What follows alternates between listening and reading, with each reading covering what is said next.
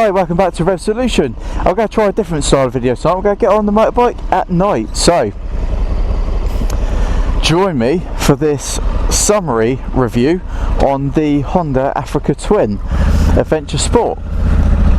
Now, I've had this motorbike for about 6 months, I think now.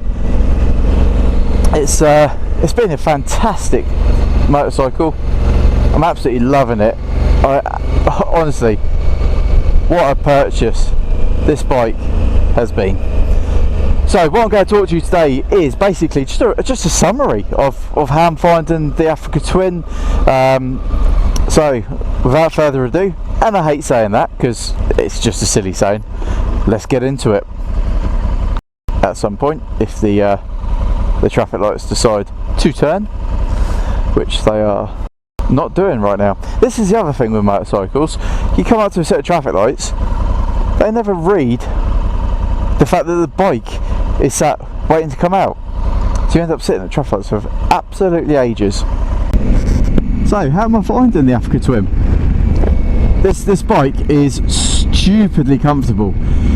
I've ridden 2,913 miles since I've had this bike, and honestly, at no point have I ever thought, I'm done with this, I want to get off of it. It handles really well. It's just a really good bike. Now, I think what we'll do is we'll start off with the positives that I found on this.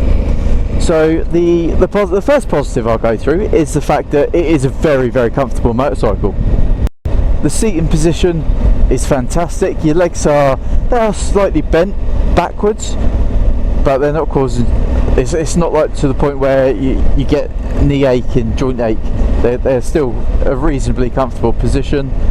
Your back is upright, nice and straight. Your arms stretched out slightly. You can bend them, and yeah, you can move it around. It's just a really good seating position. I really like it. Now, obviously, the height of the bike, it is quite a tall bike. So when you're riding, you do find that you tend to you look over a lot of the traffic. You've got great visibility down the road, so you can plan what you're doing quite nicely. The wind mirrors are really good as well. Again, they give you really good visibility. The heated grips, they really work. They are super hot. I've got really thick, richer gloves on at the moment because it's still slightly wintry, and yeah, I've got to keep them on full whack, but even still I can still feel a good heat come through. Now if I do go to the thinner summer gloves, I can really feel the heat kicking through the heated grips into the gloves, get lovely warm hands. Here we go, Southampton, the city of red lights. It is a pain in the backside, this really is annoying. So yeah, the ergonomics of the bike, it's a really well set up bike. Low speed handling is really good. You can really balance this bike nicely at low speed. The powered hour twin engine is very stable. As long as you get the revs up, play with the clutch, use a rear brake, you can balance almost at a standstill. I've not mastered it yet, I've been close, but I've not quite achieved it. No doubt I will very soon.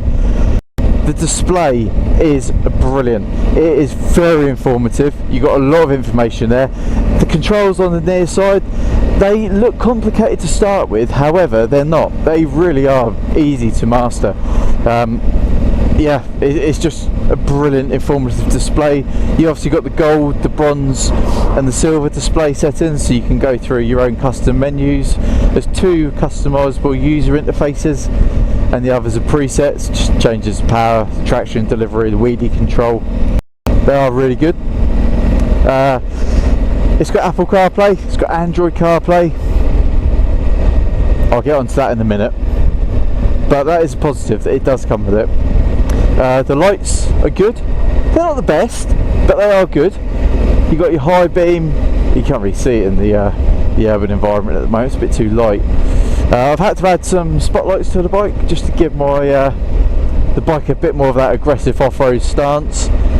And they've gone on no problem at all. £35 AliExpress compared to the 300 that Honda want. Obviously they're not integrated into the Honda system.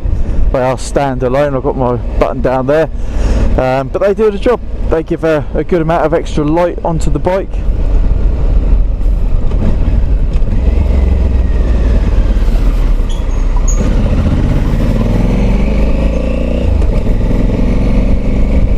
The wind protection on this bike is really good as well. That front screen gives you good protection. The front of the bike gives you good protection. You can also add little wind deflectors just to the corner sections down there. I do have a set of them, thanks to a good friend of mine.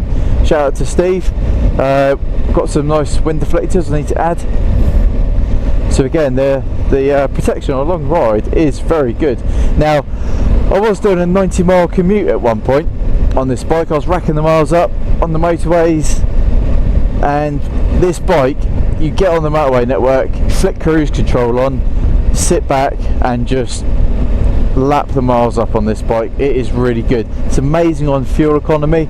I've been getting an average of about 60 miles per gallon, which for a motorcycle is fantastic. I really can't sing its praises enough for its fuel efficiency, and that's on the new E10 as well. There's a lot of controversy over the E10. Personally, I'm not a fan, but at the moment, with the fuel prices the way they are extortionate. I do not want to be paying more than I have to. Let's have a look at this petrol station. So 158 for petrol, 171 for diesel. That's actually quite reasonable. I have found diesel a lot cheaper. We'll say a lot cheaper, about 5p a litre cheaper. But petrol, that's pretty spot on. I like that. I'd happily pay that price. Now, daytime running lights, as you can see down there, you've got the amber DRLs. I personally don't have a problem with them. I think it sets the bike off quite nicely. I know a lot of people say that it makes people look like you're indicating, therefore they pull out in front of you. Personally, I've never had that problem on this bike, not in the slightest. People can see me coming. The LED lights at the front of the bike are phenomenal. It gives great visibility for cars looking at you. I've never had the issue of people looking at me thinking I'm about to indicate, or I am indicating, and then pull out. I think if they're going to pull out, they're going to pull out.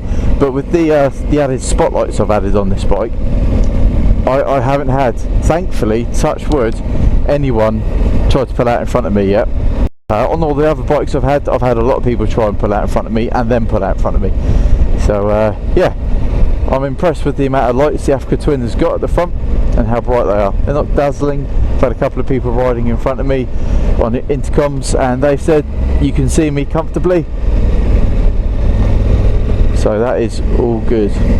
Now, the handling of this bike is really good. It is really agile, really flickable. Now, this isn't a negative about this bike. I have ridden the non-adventure sport version over in Wales. Check out their video in the description below. After this one, obviously, don't skip this one. And that bike was brilliant. I love flicking that around the Snowdonia, Bracken Beacons. I had so much confidence with that bike, and that was the DCT version.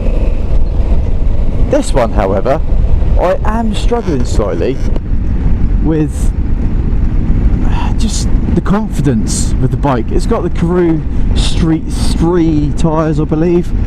I think they're like a 70-30 split. In the wet, they are fantastic. I've powered through fords, I've powered through some heavy puddles, and I've not had a problem with them. I've really enjoyed them. But when I do get a bit of a ride on in the nationals and through the twisties, not even going fast, just slow speeds, even around roundabouts, I just found that my confidence has fallen with this bike. The same roads that I would have comfortably ridden at a little bit faster pace, still within speed limits, I am now almost going at a snail's pace to get around them. So I'm going to have to change the tyres for a more street friendly tyre and see how I get on. No doubt some of you are going to look at this video and say you absolutely love the standard tyres that the bike comes with, and they are good. I just feel like it wants to throw me off and low side me. I'll get my confidence there eventually. Yeah, but other than that, they're good. The suspension on the bike is fantastic. I've not gone over any bumps and thought, "Ow, my back is about to break." Now the bike comes with 3 years warranty covered by Honda. I've had to bring it back for some replacement parts to be sorted for the exhaust, but again I'll get into that with the my negative thoughts about the bike. But it's definitely not something you should put yourself off of buying the bike for, but you have to watch my other video for that one. What else can I talk about? The horn. The horn was actually quite pathetic when I bought this bike. It's just a standard high-pitched beep, so I've changed that over for the Denali Sound Bomb, the Mini, and obviously I'm not going to do it now, it's midnight, but I will do that on another video. So that's got a bit of substance to the horn again. It's a very smooth throttle control, gear changes are nice and smooth. There we go, back to its home, Crescent Honda, all tucked up, locked away for the night. I've taken the bike off-road, and I've loved this bike off-road. This bike, as you can see on the other videos on YouTube, is amazing off-road. The things this bike can do, I will never be able to do. It is so good off-road. I've taken it in heavy mud, got it stuck at one point, but I loved it. I did question myself at one point, thinking, what on earth am I doing? Taking a £16,000, £18,000 with VAT and taxes on top, off-road. But hey ho, I done it, the bike survived, and I loved it. I do want to take this bike on Salisbury Plain. If you don't know what Salisbury Plain is, Salisbury Plain is a military training ground in the Wiltshire countryside. And try and give it a good thrashing around, see how it really handles on loose gravel. We're coming into nice warmer months, so yeah, hopefully there'll be a video coming from Rev Solutions quite soon for that. Clutch control on the bike is brilliant. It's not an adjustable clutch lever with like the 5 or the 10 settings like the brake lever is, but I do find it's quite a reasonable distance. It's quite loose actually, the clutch lever. Might have to get that adjusted next time I take it back to Honda. But yeah, all in all, I am really impressed with this bike. I could quite comfortably jump on this and plot a route to Scotland, or even, let's go far afield here, Monaco. I love that trip to Monaco that me and Holly done a couple of years ago. There is a short video of that on YouTube for your viewing. Now the only problem with that is I wasn't quite in the mindset of recording. I wanted to record, I just didn't know how to record really. So yeah, you have to excuse the amateurness of that video. But no doubt we'll try and do another one some other date when Holly's a lot better. This bike on the Swiss Alps will be amazing as well. It's just because it's such a comfortable machine that you can just get on it and ride and just keep riding.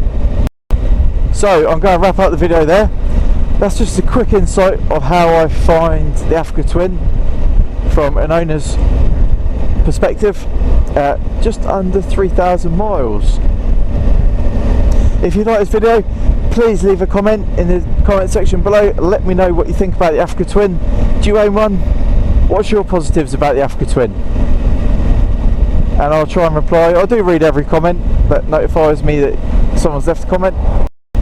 So until next time, ride safe, hit the subscribe button, and I'll see you soon.